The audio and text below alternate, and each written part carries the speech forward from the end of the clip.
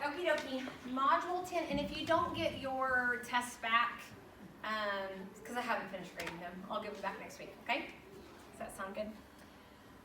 Okay, module 10 is over light, and module 9 we just finished was over sound. We didn't get to do a lot of our fun things because we were all at home for that. But what I'm going to try to do is maybe hit a little bit of the ways that what we learned for sound then also applies to light. So remember, God is amazing, and He's ordered, and He's structured, and so we're never getting to just throw something away. It's always building. There's always something new. There's always stuff that still applies, and it still works the same. So the goal for that is that maybe we could see how they work the same. Or not.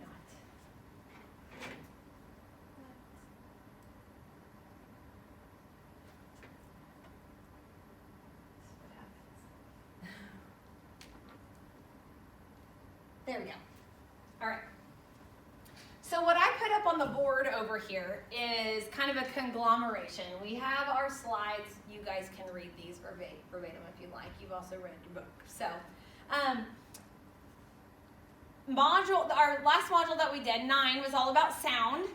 We learned that sound comes in multiple different forms, right? Transverse, which means it goes perpendicular.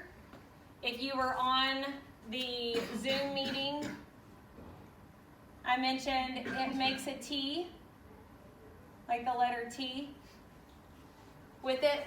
So transverse, it's going perpendicular to the direction that it's moving.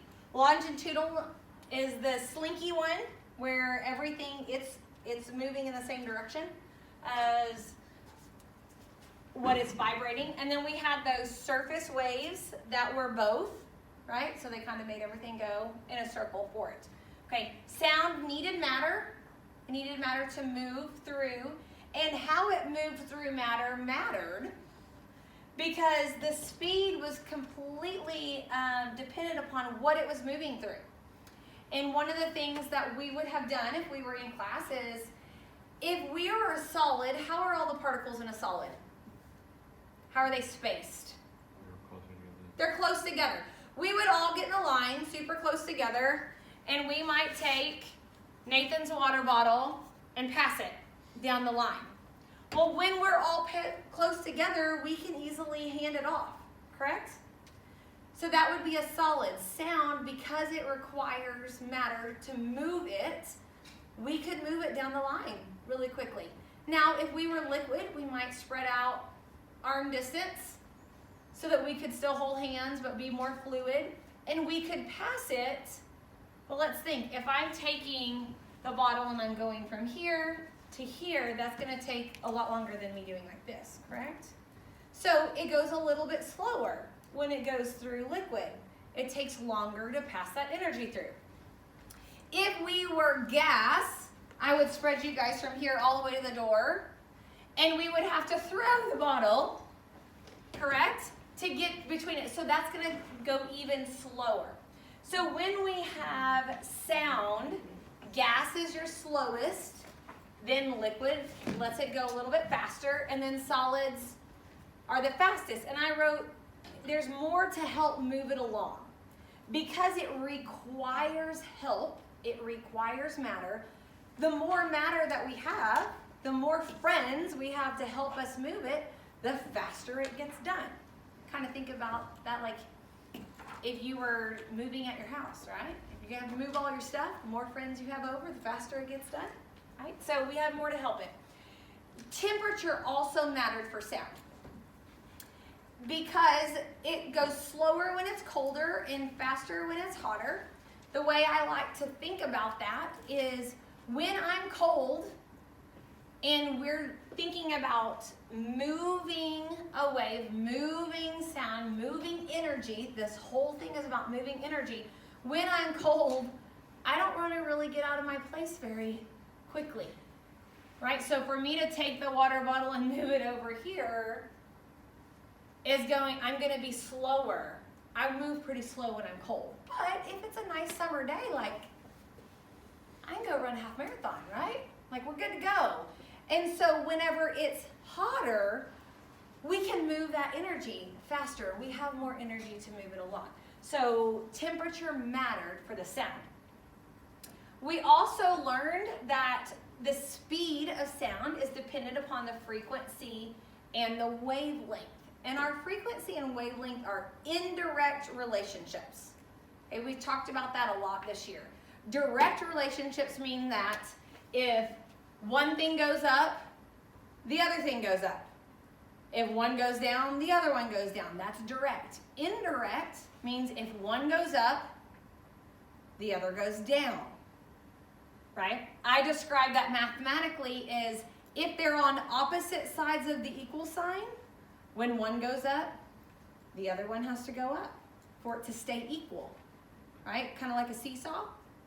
Now, if they're on the same side of the equal sign, for it to stay balanced, when one goes up, the other has to go down for us to stay balanced. We're on the same side. So when we look at frequency and wavelength, and you're asked what type of proportional relationship in this, we're going to say that it is this direct or indirect?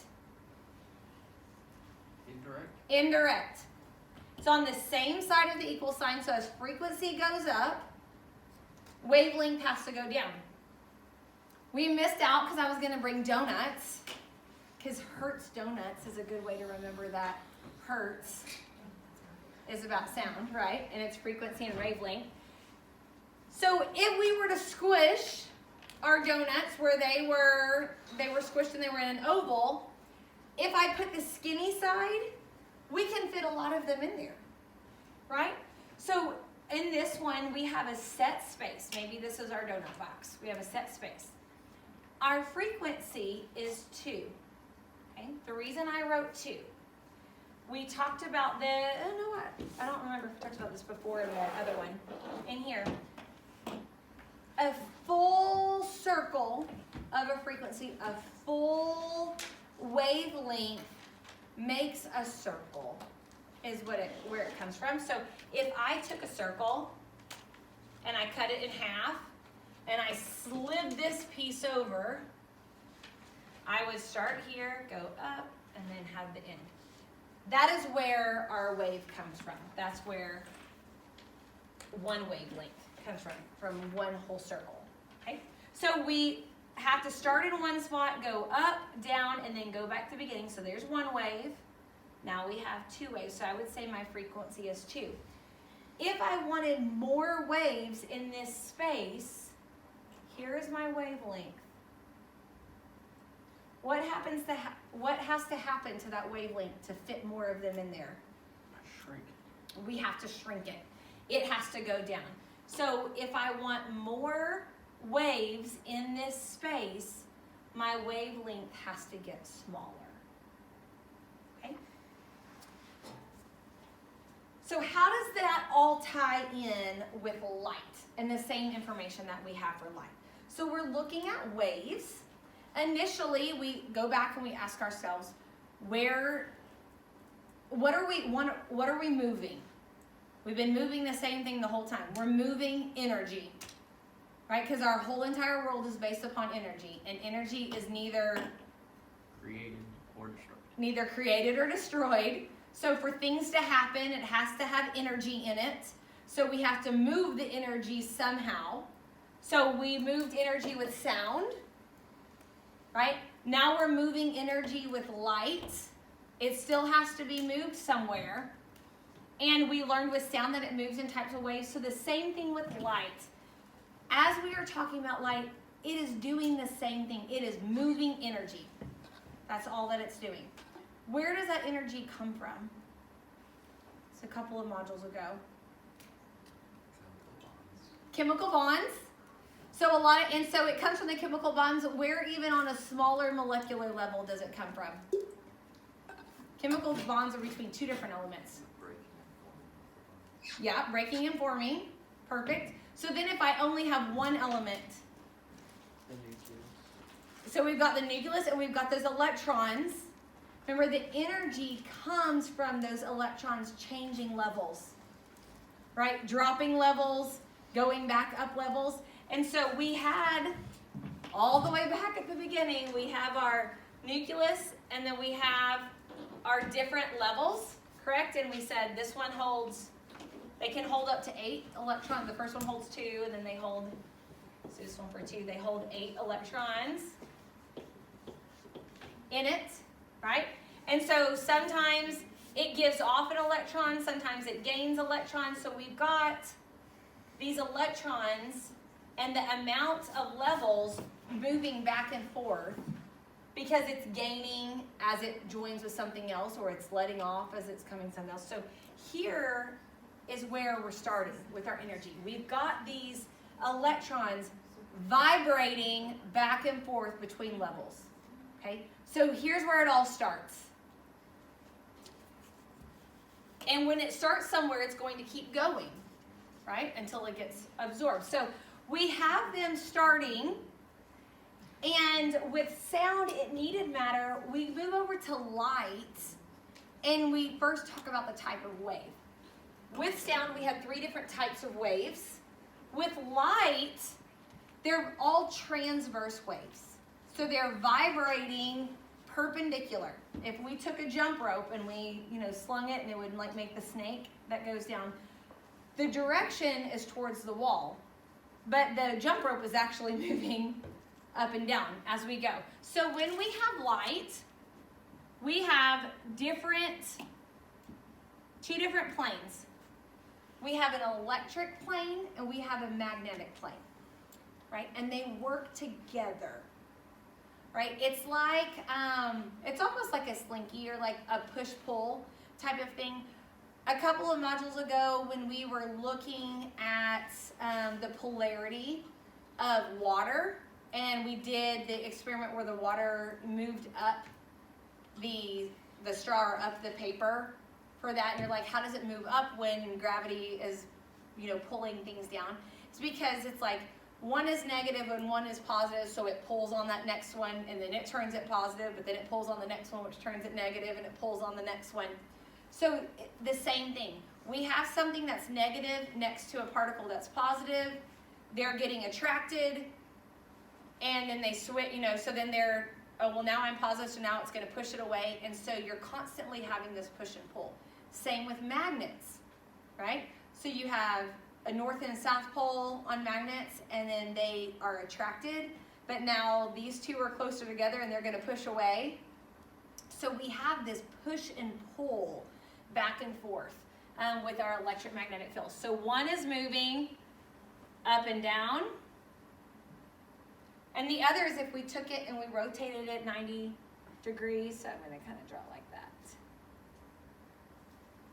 So we're going to make 90 degrees here between our waves. One's moving up and down this direction, and the other, so if I had 2 jump ropes, I might be slinging one this way and it's moving towards the back, and also slinging the other one this way and it's still moving towards the back.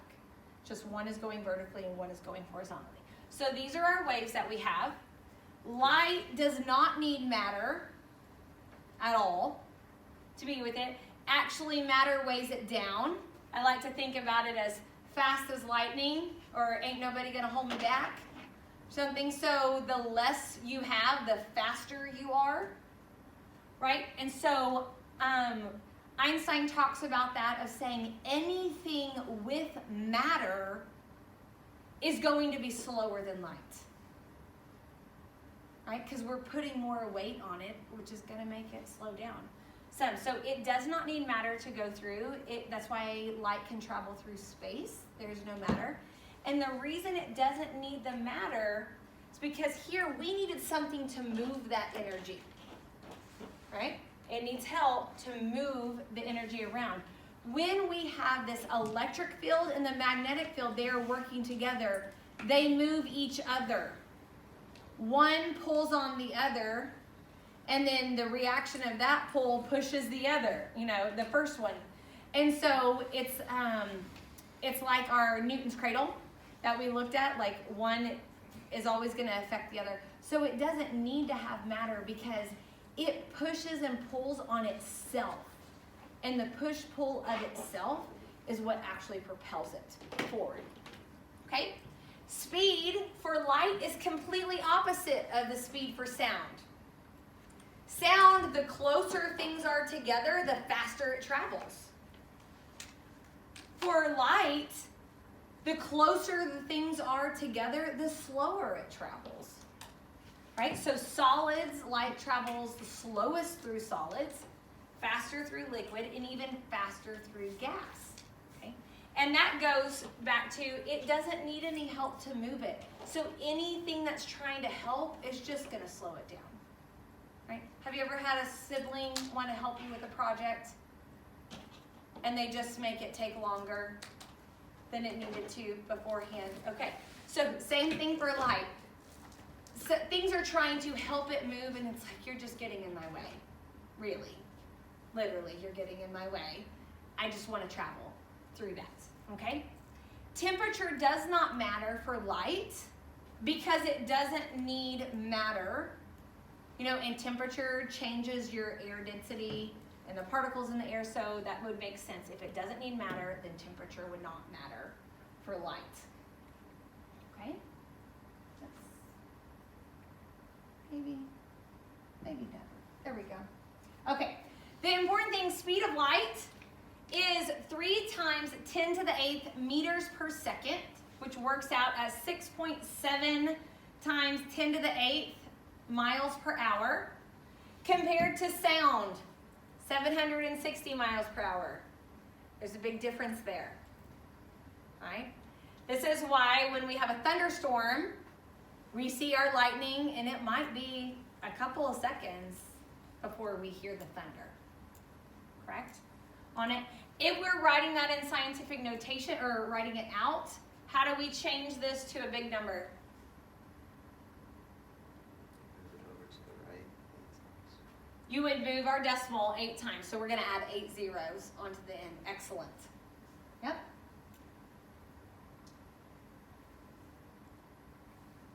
Let's see. If any, okay.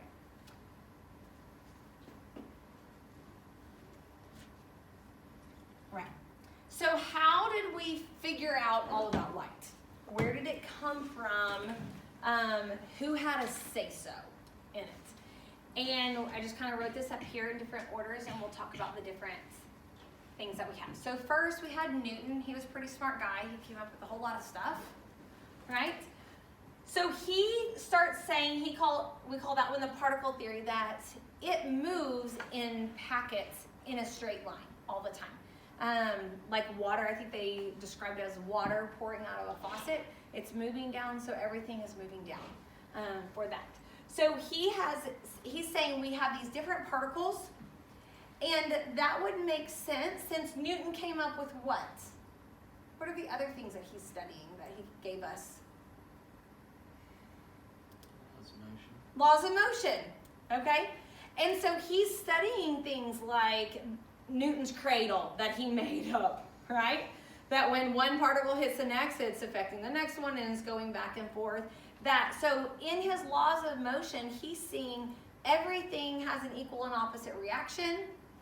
Without friction, it's going to keep moving and going. So it makes sense that he's going, these are basically like just balls that I would line up on a table, and I hit one and they just move along, and that's how it goes, because those are the same things that he was studying.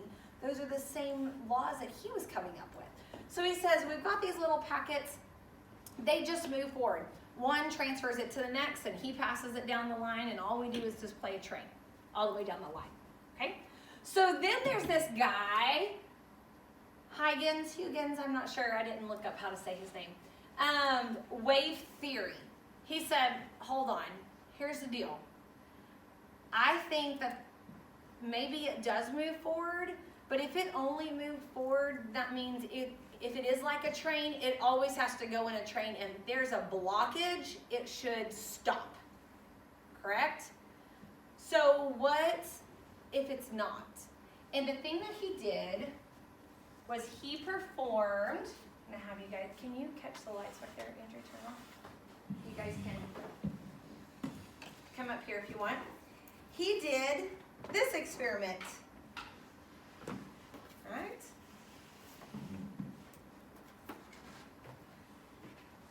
So he took a paper that had slits in it, and he said, if light goes in a straight line, that means when it goes through these slits, when it hits the spot where it's not, it should stop.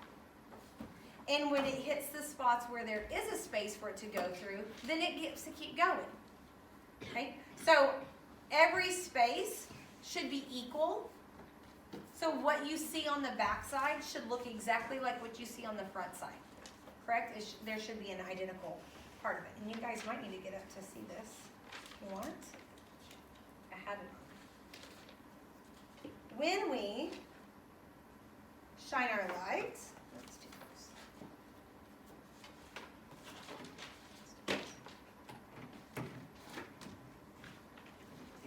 I might need a third hand. I can help if you need me to. Here we go. Let's see. I do want you guys to be able to see this, so you might need it. Nathan and Lee, you might need it. Can you guys see that over there? Okay. As we get closer, you can get out of your chairs. When the light goes through, as we move the paper back, what happens to the bands? Get bigger. They get bigger, they get wider, and that means that the dark spaces get skinnier. But how big are the bands here that they should go through? What's bigger? The light, the empty space, or the blockage? The blockage is a lot bigger. Okay, so as we get closer, let me go this way. As we get closer, they get more even. I don't know if you can see those. As we spread out, the light bands get bigger and bigger and bigger. So that's a problem if we're thinking that light is a particle. Because when it goes through, it should only be the amount of particles that are fitting through here should be the only ones that are hitting on this back side.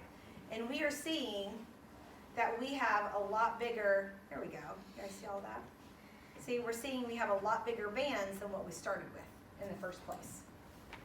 Can you turn this on?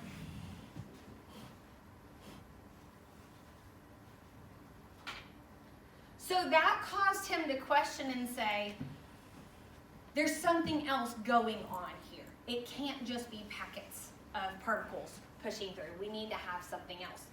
And so he came up with the wave theory. And his looked more like this.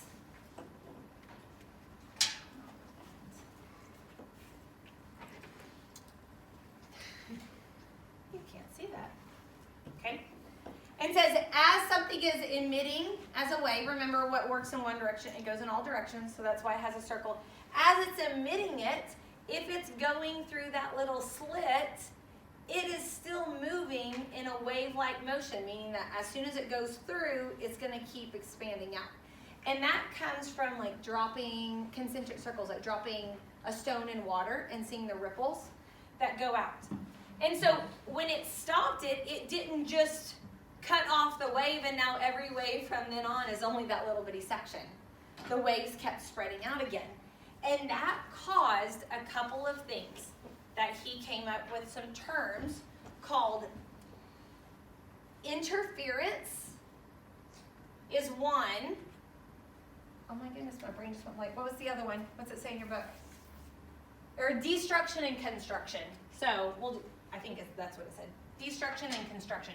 So when two waves interfered with each other, we either had construction. Construct means to build up.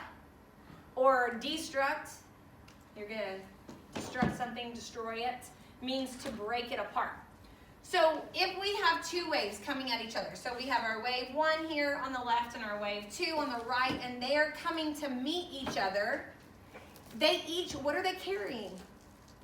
What are these waves carrying? Energy. Energy, all right? So each part of this has energy. So as they meet, when this part, so I've got this one here, these two pieces of energy meet, they're going to, we're always adding things. So it's either, and as we've learned before, even when we were talking about direction, we're still always adding, just sometimes we're adding in a negative direction, right? So say this is carrying an energy 2, and this one is 2. So we've got 2 joules each or on that one. So now I have 4. And these parts up here each have 4. And so now I have 8. And this up here has 6. Because they're the same, and so now I have 12. So I've taken my one wave and I've doubled it. Because as each of those parts meet, we're adding their energy together. And so we can see from the numbers that it's going up. Well, if we have waves that are coming and they're in opposite directions, so this one has positive energy, this one has negative, because if I was on a coordinate plane, this might be -1, -2, -3, right? 1, 2, and 3.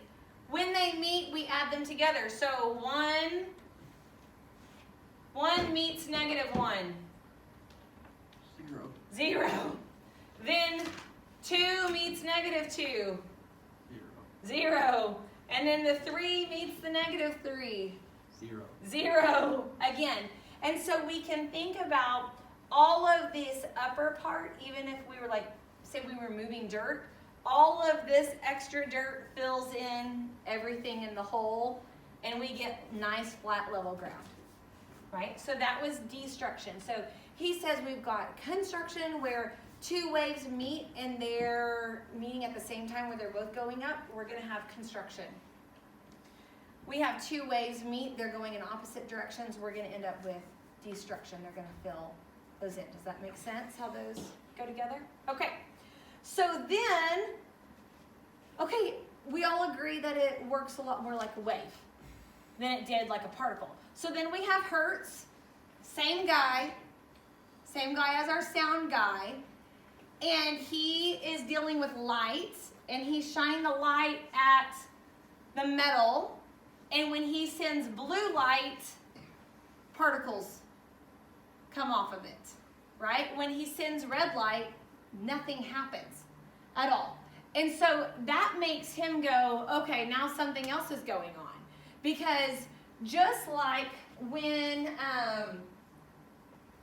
just like back when we go back to Thomson's plum pudding model, right, and Rutherford's, so Thomson's like, hey, we've got this and we have, you know, the parts of our nucleus, the protons are all in there. And so then Rutherford sends those alpha particles, and what happens? Something bounces back, the gold foil experiment, they bounce back and goes, hold on, that doesn't work out. We've ended up with the same exact situation before. We thought it was moving one way. We have something that's producing, you know, some reflection, knocking off something. He's like, why are particles knocked off with blue light and particles are not knocked off with red light? Well, they knew they were working with that wave and frequency thing, that red light has a longer wavelength, which means you fit less of them in there, so it has a lower frequency, right? And he knew that blue light has a shorter wavelength, so it has a higher frequency. Which one's carrying more energy? Blue light. Blue, because if I have the same box, this one's carrying 1, 2, 3, 4, this one's carrying 2, this one's carrying twice as much energy. I can fit twice as many electrons, packets, whatever, if we want to break it up, in the blue one as I can in the red one. And when we carry more energy means we have more reactions, right? So then that helped them understand going, oh, something else is affecting it because it has to be carrying enough to cause a wreck and debris, right? So this one is crashing in with a lot more energy, so we have debris. That is, you know, we've got a bumper that's now come off at this point. So then Einstein takes everybody's and combines it together and says, okay, If we can't make up our mind, we'll just make a pie, right? So yes, it works as a wave. We've got electric poles on it. We've got magnetism poles on it. It's absolutely working like a wave. We have proof that it works like a wave. But we also know that there has to be some sort of mass somewhere to knock things off, right? And so he came up, which is now called the quantum mechanical theory, that it's a bunch of particles moving like a wave. So I just put the little particle packets on there. So there's enough of a mass of those particles that can cause something to move, but they all move together in a wave-like formation. Any questions about those? Does this make sense? Okay. And so what that allows us to say is that sometimes light is more like a wave than it is like a particle, right? And sometimes light is more like a particle than it is like a wave. And that's not making a duality statement. There's times you could say, hey, sometimes my mom is more like a friend than a parent. Or sometimes she's more like a parent than if she is like a friend, right? She still exists together. There's two different parts of her. Just sometimes, depending upon the situation, you're going to see more of one side than you're going to see of the other side. And so we know that it can behave both like that, both as a wave and as a particle. And our energy, the important thing is our energy depends upon the frequency. So when we think about this, the energy, this is the best way that I have to explain it, is the more waves that we can pack in a space means the frequency goes up. Frequency is the number, just the word frequent, how many times you show up. Does anyone frequent a certain restaurant or something a lot? What do you like? Chick-fil-A. Chick-fil-A. Okay. So if you go twice a month, your frequency is 2. Okay? Or a week. If you go every day, your frequency is 7. So frequency is how much you fit in the same space. Right? So as our frequency goes up, we have more waves, more crests and troughs to carry energy, which means our energy, our total energy goes up. Does that make sense? How those are tied together? All right. So the lab that we're going to do is a little precursor for this next week as we begin to study light. Do we have, let's watch the video. I'm gonna watch this video. I think we have time because it won't take super long.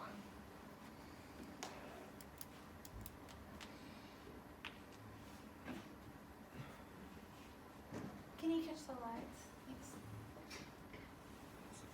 Dreamers throughout the ages. One of them was Sir Frederick William Herschel, born in 1738 in Hanover, Germany. Herschel became well known as both an astronomer and a musician. He moved to England in 1757. Herschel is famous for his discovery of the planet Uranus in 1781, the first new planet discovered in the modern era. But Herschel made another dramatic discovery in 1800. He wanted to know how much heat passed through the different colored filters he used to observe sunlight. He noted that filters of different colors seemed to pass different amounts of heat. Herschel thought that the colors themselves might be at varying temperatures, so he devised a clever experiment to investigate his hypothesis. He directed sunlight through a glass prism to create a spectrum, and then measured the temperature of each color. Herschel used 3 thermometers with blackened bulbs for each color of the spectrum. As he measured the individual temperatures of the violet, blue, green, yellow, orange, and red light, he noticed that all of the colors had temperatures higher than the controls. Moreover, he found that the temperatures of the colors increased from the violet to the red part of the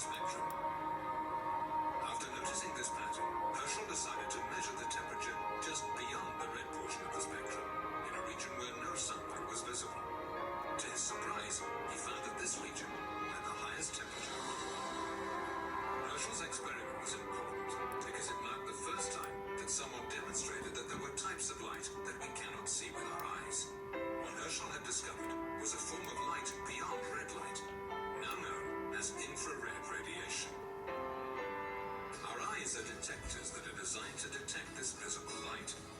There are other forms of light that we cannot see, as Herschel had discovered.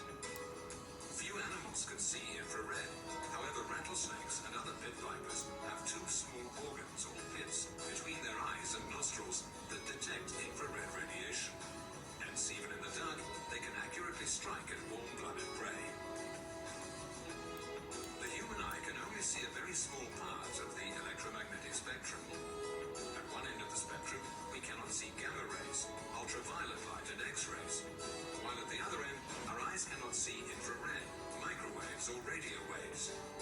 Infrared radiation lies between the visible and microwave portions of the electromagnetic spectrum. All right.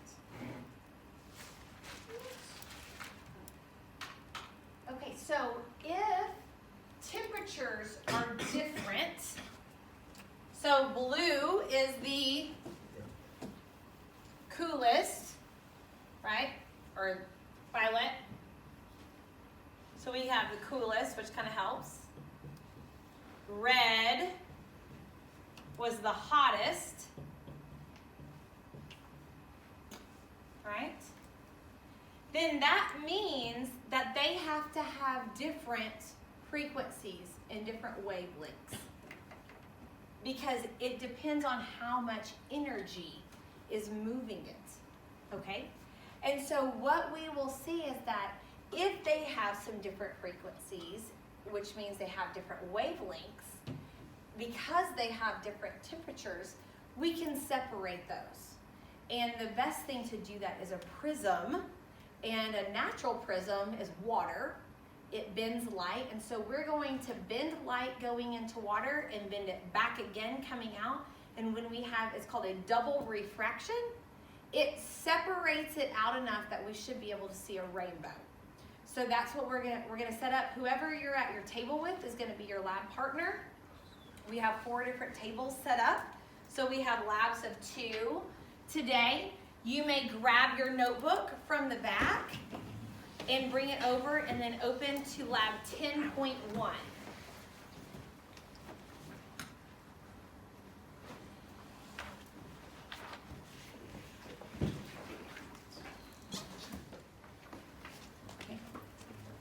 So when we go all the way back, we have this speed, or our velocity, right, is equal to wavelength times frequency. So how do we reconcile the fact that the blue light made the particles bounce off, but the other guy said that it's the cooler light, so it doesn't feel like it's carrying more energy because it's colder, right? You know, if we're kind of processing through that. So as we're looking at the particles that were bouncing off, we were dealing with frequency, right? The more waves that we can shove in a space, the more interactions we have, right? The more, so like that's a harder crash. So that's making it go. If we have a higher frequency, that means our wavelength is, we have a higher frequency, our wavelength is shorter, right? So remember, as we're talking about one and the other, when we're saying, hey, we need more of this, it's actually making it longer. They go back and forth.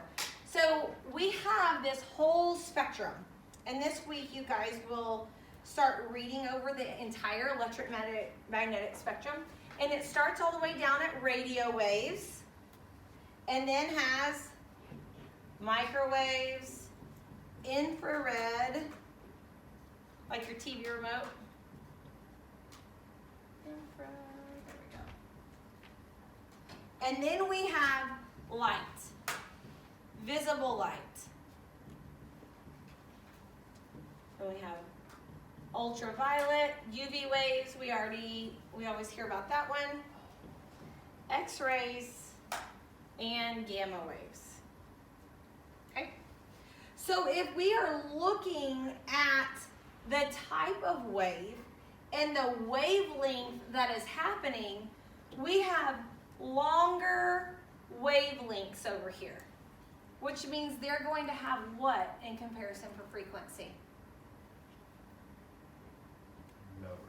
Lower frequency. Right? That means there's going to be they're less frequent in the same space. You're not going to have as many. So as we move through our eyes, God created our eyes to pick up certain frequencies, certain wavelengths. So there's ones that exist and then it comes out of hiding. That's kind of how we can think about it. It's like, it's not that they've never existed. We just don't see them. What's really neat is, I may try to find a video of insects and the way that they view plants and flowers, because they emit different frequencies. They pick up on it, and so what might look like a yellow and purple flower to us might look like a red flower with a bright yellow dot in the center, and they're drawn to that. And so as we have those frequencies and wavelengths that are bouncing off, it matters. And so just because it works for us doesn't mean that's all that exists. I think it's also a great analogy of, just because this is what we can see and understand maybe of God or our faith doesn't mean that he's not working outside of what we can see as well, correct? So something's always going on, whether we see it or not. So we have our radio waves, lower frequency. So they have longer wavelengths. That means that the amount of damage they can do is minimal, right? If we're thinking in that terms, higher frequency, I have a lot more energy coming through. When I hit something, I can do more damage. So these don't do very much damage, which is why we can listen to the radio all day long, right? And not worry about it giving us brain cancer. Right? So then we move up to microwaves. Microwaves work specifically because they are addressing hydrogen bonds. So it's affecting the water content in an item and making it move around to have energy. Then we have infrared, like our TV remotes. Then we have our visible light spectrum. So as we're going through, we're going to cause more damage. Right? Because our frequency is getting higher, we have more particles moving in a space that can move something through. So UV light is going to cause more damage to our skin than regular light, right? X-rays, anyone had an X-ray in here? Never mind. I don't think Bummer. Okay, what do they do when they give you an X-ray? It's the first thing that they do before they zap you. Oh, I've had an X-ray of my teeth before. Well, there you go. Do they, or even there, what do they do? Put a lead vest. They put a lead vest. They cover up all the extra spaces, right? Because X-rays do damage. Not a ton, but if you have a lot, they're trying to limit all the extra damage that it's doing.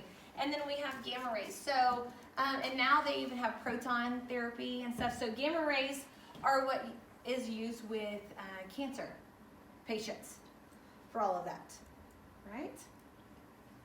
Let's see. There's a You Do Science, so obviously the video is up there for you guys to be able to do that one.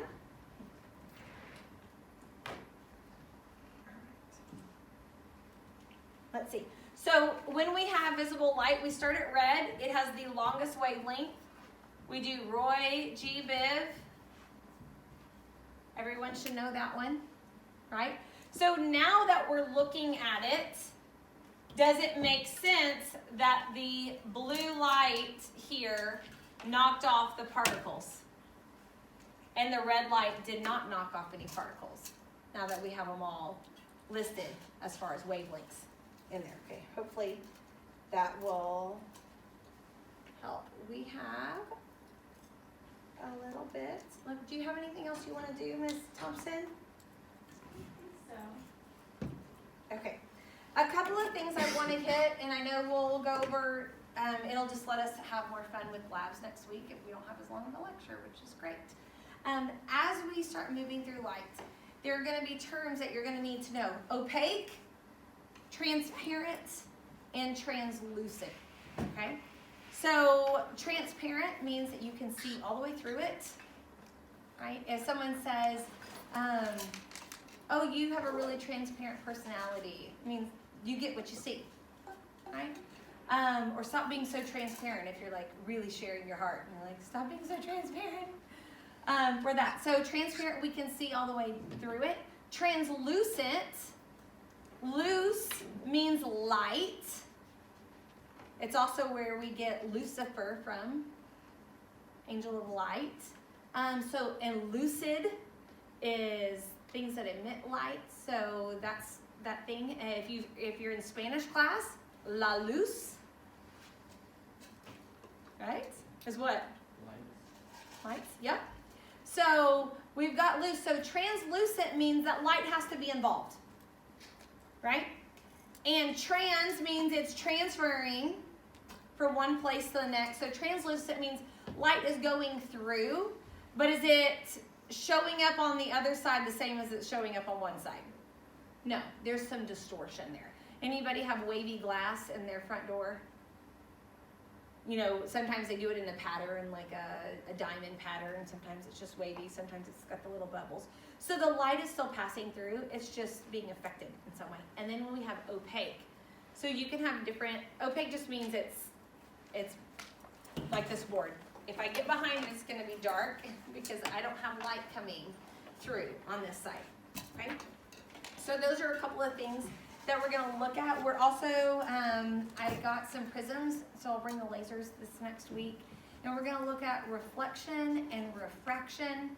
So as you are going through your homework this week and going through your notebook, make sure and underline or highlight or mark. There's kind of a lot of vocabulary words that you need to know. Those words are used on the test, and if you get the words mixed up, then, you know, to be able to know what they're asking, we have to know what they're asking, right, to be able to answer the right question for it. So we've got some reflections. You can think about that as the sun reflects off of the water. We have refractions. I think about a fracture. What happens when we have a fracture of a bone? It breaks it, right? So refractions break the path that we're going on. So those are a couple of hints on helping you with some vocabulary as you're moving through on that. So otherwise, we will be done for today. Kind of have a short thing. Did anyone have any questions about stuff for this week, or maybe from module 9? And you guys did your tests. I'm not sure. Did it? Mom grade, does anyone have a test that they didn't turn in tonight?